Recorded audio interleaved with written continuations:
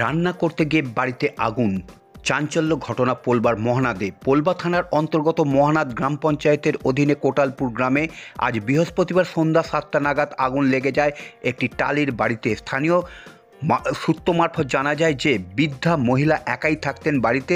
খড় ও পাটকাঠি সহ বিভিন্ন জ্বালানি বস্তু বাড়িতে মজুত করা ছিল।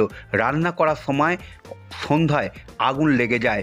ঘটনাস্থলে আগুন নেভাতে ছুটে আসে স্থানীয় মানুষ। পরিস্থিতি সামাল দিতে না পেরে পোলবা থানায় খবর দেওয়া হয়। ঘটনাস্থলে পোলবা থানার পুলিশ ও দমকলের একটি ইঞ্জিন আসে আগুন নেভানোর কাজে, তবে কেউ হতাহত হয়নি। অন্যদিকে পান্ডুয়ার দমকলের আধিকারিক পবিত্র মণ্ডল জানান, ইটের গাঁথুনি দেওয়া টালির ছাউনি দেয়া বাড়িতে রান্না করার সময় হঠাৎই আগুন লেগে যায়। ঘটনাস্থলে একটি দমকলের ইঞ্জিন আসে। 1 ঘন্টা চেষ্টার পর আগুন নিয়ন্ত্রণে আনে।